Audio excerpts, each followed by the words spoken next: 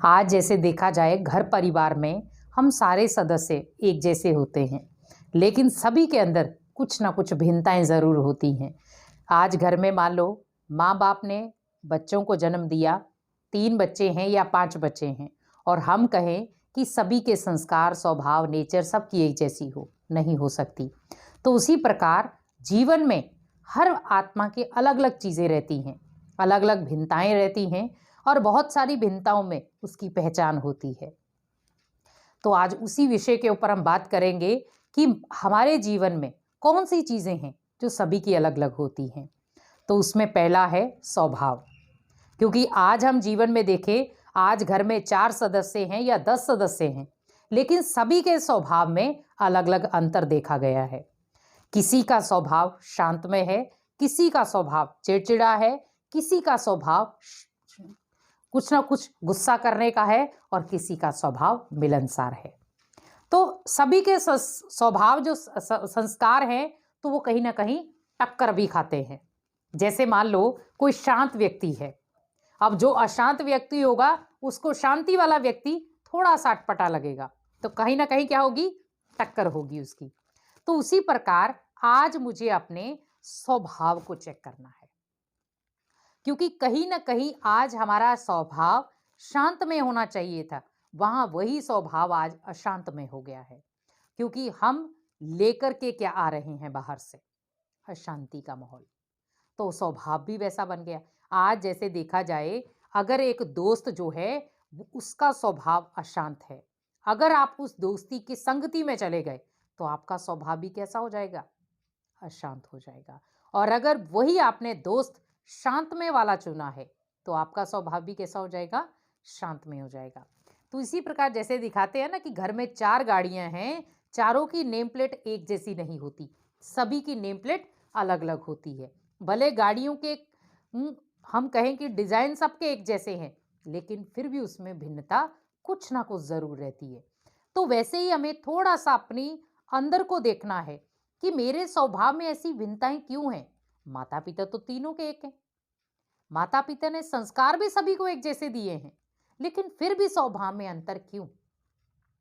क्योंकि कहीं ना कहीं वो स्वभाव में अंतर इसलिए हुआ कि मेरे जो पूर्व जन्मों में जहां मैंने जन्म लिया था और जहां मैंने शरीर छोड़ा, उसके भी कर्मों का हिसाब किताब साथ में आया, और वो हमारे स्वभाव में मैच हो गया। क्योंकि कहीं ना कहीं जो पूर्व जन्म में स्वभाव होगा, वो कहीं ना कहीं अगले जन्म में भी हमारे साथ रहेगा। जैसे आपने कई बार देखा होगा, छोटा सा बच्चा है, 2 साल का है, लेकिन वो इतना चिड़चिड़ा उसका स्वभाव है, इतना गुस्से वाला उसका स्वभाव है, और हम कई बार कहते हैं पता नहीं जाने ये गुस्सा कहाँ से सीख कर आया, गाली गलौज कहाँ से सीख कर आया। हम तो यहाँ कोई नहीं सिखाते इसको, हमारे घर में तो कोई गाली निकालता भी नहीं है, लेकिन ये कहाँ से निकाल कर सीख कर आया। तो कहीं ना कहीं उस आत्मा का जो पूर्व अकाउंट है वो वैसा ही है। क्योंकि हमने इस जन्म में तो उसको पालना अच्छी दी है, इस जन्म में उसको स्वभाव संस्कार अच्छे दिए हैं, लेकिन जो पूर्व जन्म में उसके स्वभाव संस्कार थे, वो कहीं ना कहीं इस जन्म में भी टक्कर दे रहे हैं। और उसी प्रकार वो टक्कर के कारण ही कई बार अशांति का माहौल क्रिएट हो जाता है, और वही छोटे छोटे बच्चे माँ बाप रिश्तेदारों में लड़ाई बना देते हैं। तो हमें बस थोड़ा सा अंदर ध्यान रखना है कि हमारे जो पूर्व जन्मों के कर्मों के हिसाब किताब है या स्वभाव संस्कार हैं, उनको भी मुझे साथ साथ डिलीट करना है, और वो तभी डिलीट होंगे जब उसको अपने जीवन में हम हैवी नहीं होने देंगे। अब दूसरी तरफ है रूप। आज घर में माता पिता का रूप रंग जो है वो जरूरी नहीं है कि बच्चों के ऊपर भी आए, लेकिन कई बार बच्चों का रूप रंग माता पिता के अकॉर्डिंग भी आ जाता है। लेकिन आज घर में 4 गाड़ियां हैं, तो हम ये थोड़ी कहेंगे सारी गाड़ियां एक जैसी कलर की लेकर आए। हम सभी गाड़ियों के कलर अलग अलग लेकर आते हैं कि ये गाड़ी इसकी है तो इसका कलर ये है। और आज जैसे देखो, हम कोई कपड़े भी पहनते हैं, और उस कपड़े में हम क्या करते हैं, हम ये देखते हैं कि इसका कपड़ा ऐसा है, इसका डिजाइन ऐसा होना चाहिए, इसका डिजाइन ऐसा होना चाहिए, तो कहीं ना कहीं उसकी भी हम चेकिंग रखते हैं। तो उसी प्रकार आज घर में 4 सदस्य हैं, चारों के रूप रंग अलग अलग हैं। लेकिन आज जैसे देखो, कोई गोरा होगा तो उसको हम बहुत अच्छा समझते हैं, और कोई काला होगा तो उसको हम बार बार चिढ़ाते रहते हैं।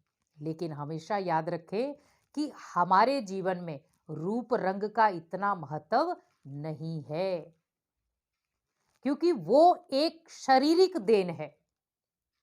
शरीर को जो चाहिए था, जो रूप रंग था, वो हमें मिल गया, हमें उसी में संतुष्ट होना है। कई आत्माएं अपने रूप रंग को सजाने के चक्कर में अपने फेस को खराब कर लेती हैं। लेकिन सोचो कि आपका जो ओरिजिनल फेस है, वो कहीं ना कहीं आप जो उस रूप के ऊपर कुछ आर्टिफिशियली चीजें करवाती हो, कहीं ना कहीं वो डाउन कर देता है। भले आप दुनिया में कितने भी श्रृंगार करके आ जाओ, लेकिन 4 दिन के बाद वो श्रृंगार, वो रूप उतर जाएगा। तो क्या हुआ? धन वेस्ट। तो उसी प्रकार धन वेस्ट क्यों किया? क्योंकि हमने धन वेस्ट कराया। अब हमने उसमें पैसे भी लगा दिए एक रूप को सजाने के लिए।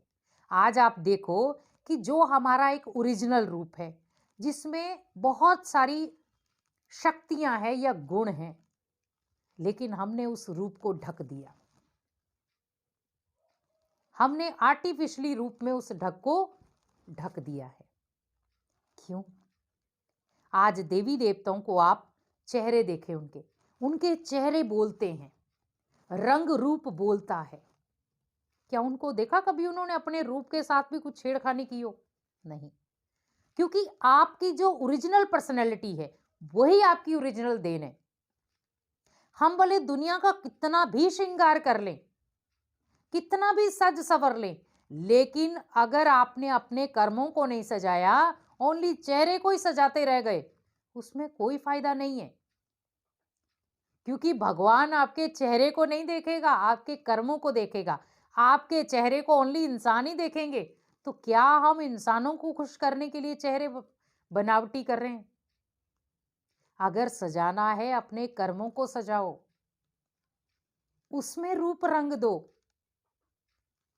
क्योंकि आज कहीं ना कहीं, आज हम अपना जो आधुनिक रूप में जो चलन चल रहा है इस समय, कि अपने आप को श्रृंगारना, क्योंकि आज ज्यादातर हम आत्माएं अपने रूप रंग के चक्कर में बैठी हैं। हमें अपनी पर्सनैलिटी को बनाना है किसी भी तरीके से, लेकिन सोचो उस पर्सनैलिटी के चक्कर में कहीं ना कहीं भगवान का हाथ तो नहीं छोड़ रहे हम। आज जैसे हम कहीं पे भी अपने रूप को श्रृंगारने के लिए ब्यूटी पार्लर पे जाते हैं, वहां 2 घंटे लग गए, 3 घंटे लग गए, 4 घंटे लग गए। अब सोचो कि वो 4 घंटे क्या मेरे जीवन के सफलता में गिने जाएंगे? नहीं। मैं आपको ये भी नहीं कह रही हूं कि आपको अपने आप को संवारना नहीं है, सजाना नहीं है, सजाओ, लेकिन उस तरीके से सजाओ जिससे आपका शरीर खराब ना हो। आज हम कई जगह देखते हैं कि लोग अपना श्रृंगार तो करा लेते हैं, लेकिन अपने फेस को साथ साथ खराब भी कर लेते हैं, और फिर बाद में पछताते हैं कि अगर हम मेकअप ना करते तो शायद अच्छा था। तो जहां उनकी पर्सनैलिटी ओरिजिनल अच्छी थी, वहां डुप्लीकेट करने के चक्कर में वो ओरिजिनल भी खत्म हो गई। इसीलिए जो चेहरा आपका जैसा है, जैसा रूप रंग है, उसी में अपने आप को संतुष्ट बनाओ। क्योंकि जब हम एक ओरिजिनल पर्दा अपने आप को दे देते हैं, ओरिजिनल डुप्लीकेट रूप अपने आप को दे देते हैं, और ओरिजिनल कहीं ना कहीं अंदर ही लोप हो जाता है, और फिर हम अपने आप को ही पहचानना भूल जाते हैं। कई बार तो इतना मेकअप हो जाता कि वो सामने वाला व्यक्ति पहचान में ही नहीं आता कि ये है कौन। तो सोचो, जब एक इंसान आपको नहीं पहचान पा रहा, तो क्या आपको भगवान पहचान पाएगा? क्योंकि भगवान ने आपको बहुत सुंदर रूप दिया था, बहुत सुंदर रंग दिया था, लेकिन उसमें भी मैंने छेड़खानी करना शुरू कर दी। अब तीसरा आया भाग्य। तो भाग्य सभी का अलग अलग है। आज घर में 4 बच्चे हैं, माता पिता सेम है, लेकिन सभी के भाग्य अलग अलग है। वही बच्चा, एक बच्चा उनका फर्स्ट नंबर लेता है डेली, स्कूल में, और एक बच्चा डेली फेल होता है। अब टीचर एक जैसे, स्कूल एक जैसा, पढ़ाई एक जैसी, पालना एक जैसी, तो फिर इसमें स्टेटस में कमी क्यों? क्योंकि भाग्य, उस आत्मा के पूर्व जन्मों के भाग्य का अकाउंट भी साथ में ही आ रहा है। हम बस अपने जीवन में नजरअंदाज कर जाते हैं उसको। हम कई बार किसी को ज्ञान सुनाएं कि आपका भाग्य ही आपके साथ था, या आपने अपने भाग्य को सही तरीके से पहचाना नहीं, तो क्या कहते हैं लोग, अरे आपको क्या पता भाग्य क्या होता है। सोचो, भाग्य विधाता से हम डेली ज्ञान सुनते हैं, तो क्या हमें पता नहीं होगा भाग्य क्या होता है? हम जो ज्ञान सुन रहे हैं वो भाग्य विधाता का ही ज्ञान है, क्योंकि भगवान ने तो हमारा भाग्य सेम लिखा था, लेकिन हमने दुनिया की चकाचौंध में कर्मों को गलत करके अपने भाग्य पे लकीर लगा दी। आप सोचो, गलती किसकी है? आपकी, भगवान की? किसकी है? क्योंकि भगवान ने तो सभी को अच्छा भाग्य दिया था, क्योंकि वो ये तो कह नहीं सकता कि भाई मैं इसको गरीब बना देता हूं और इसको टू मच अमीर बना देता हूं। नहीं, भगवान के लिए हम सब बच्चे हैं, और वो बच्चे के अकॉर्डिंग ही हमें देखता है। तो क्या वो अपने बच्चे को कभी भूखा रखेगा? क्या वो अपने बच्चे को भिखारी बनाएगा? क्या अपने बच्चे को दर दर भटकने देगा? क्या वो अपने बच्चे को आलीशान महल देगा? हम अपने कर्मों के अकॉर्डिंग लेते हैं, क्योंकि जो टू मच अमीर है उसने पूर्व जन्मों में कहीं ना कहीं दान पुण्य किया है, जिसके आधार पर वो बना है अमीर। अब जो गरीब था वो दिन ब दिन गरीब क्यों बनता गया?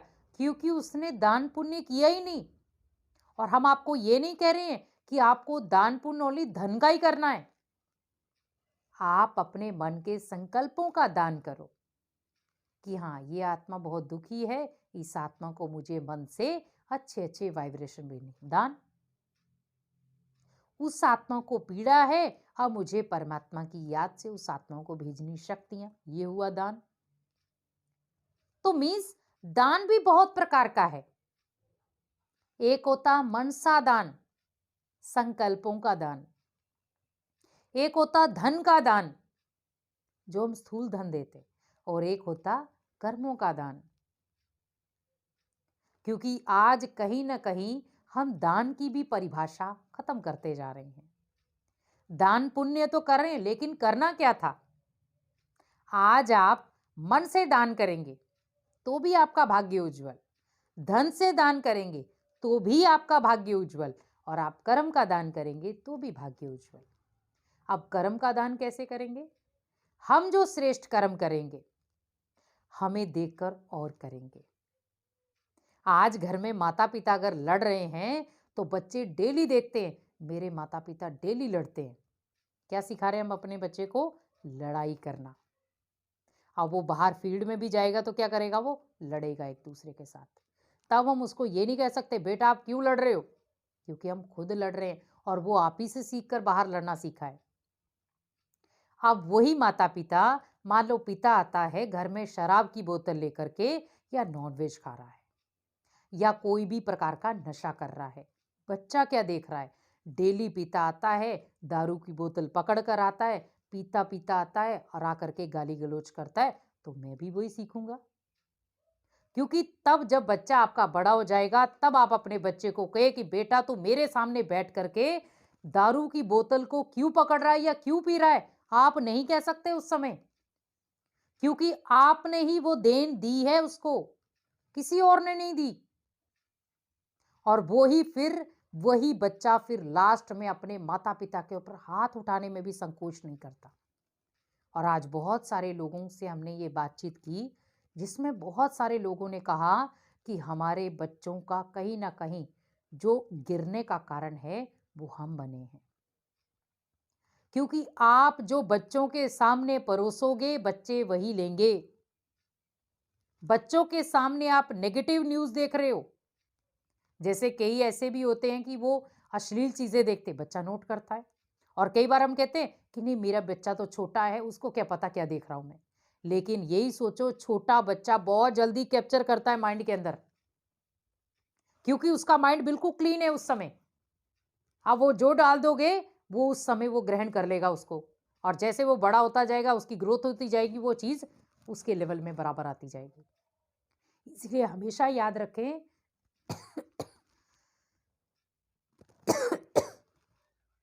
इसीलिए हमेशा याद रखें कि हमारा जो भी चीज है वो उसमें कहीं ना कहीं हमारी देन है। तो अपने बच्चों को भी श्रेष्ठ बनाना हमारी देन है, तभी हम उसके भाग्य को उज्जवल बना सकते। इसीलिए अपने भाग्य के निर्माता हम स्वयं बने। इसीलिए ये 3 चीजें जो हैं वो सभी के अलग अलग हैं, लेकिन इनको सुधारना हमारे हाथ में है। पहला स्वभाव संस्कार, दूसरा रूप रंग, तीसरा भाग्य। इसीलिए सभी की रूपरेखा आप स्वयं बनाएं और पॉजिटिविटी से बनाएं, ताकि आपके जीवन में, आपके घर में और आपके बिजनेस में बढ़ोतरी होती रहे। ओम शांति।